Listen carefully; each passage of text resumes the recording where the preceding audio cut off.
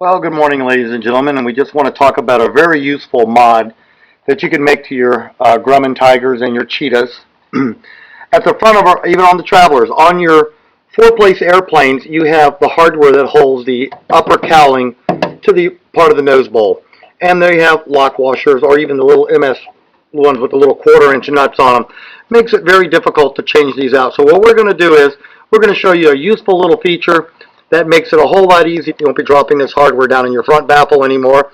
And stay tuned for more. So we would like to ask you please subscribe, hit the like button, and hit the notify to stay current with our content. So here are the four fasteners that were in holding the upper cowling to the nose bowl. We're going to remove those because we're always dropping the hardware down in the front.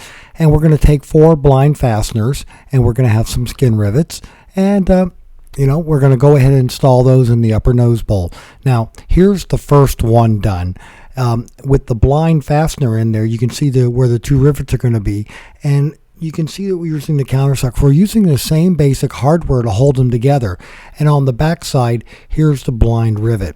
Now, the blind anchor, and this is the MS2147 L3. And here's all four of them in the upper nose bowl. So stay tuned while we show you a little bit more about this. It's a good modification because you just take the screws out. No more dropping hardware up in front of your nose bowl and having to retrieve it. So stay tuned while we have a bit more fun with this. I misquoted the number. It's MS20147L8. But anyway, here we are positioning them. Now the trick that we're using is we're actually putting a screw into the blind anchor, and that gives us where it's going to be positioned in the hole, and from there we can set where the rivets are going to go, drill the holes, and then use the pop rivets for little. In this case, we're using squeeze rivets. Now, whatever kind of rivet you want to use, you want to make sure you get a good firm grip against the fiberglass, because fiberglass is woven and it will wear. And again, once you get these four blind fasteners in place, it's a very nice modification. Now, an alternative from John Horton down in Florida was he made this plate and it works this way. Up here at the very top, we are adding blind fasteners to the bottom of the upper cowling, upper nose bowl, where it meets with the upper cowling.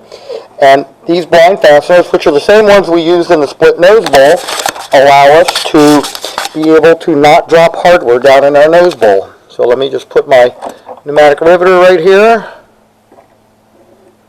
Get it all lined up. Pull the trigger.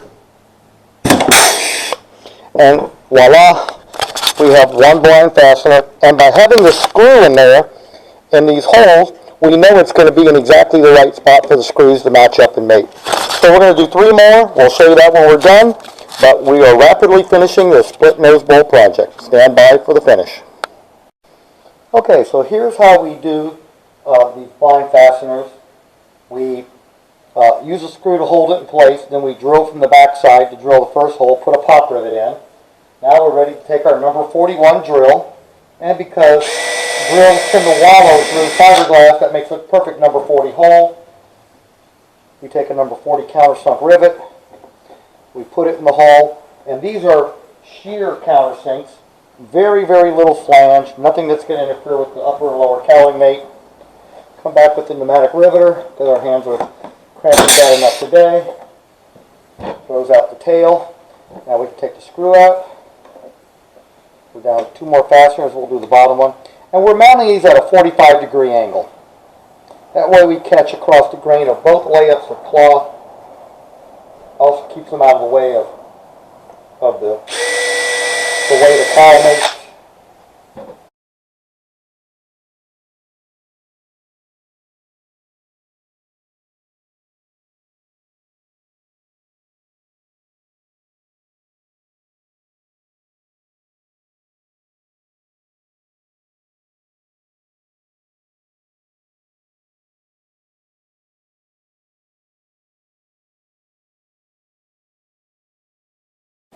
And the bonus is we have these blind captures up in the upper nose bowl to mate with the upper cowling.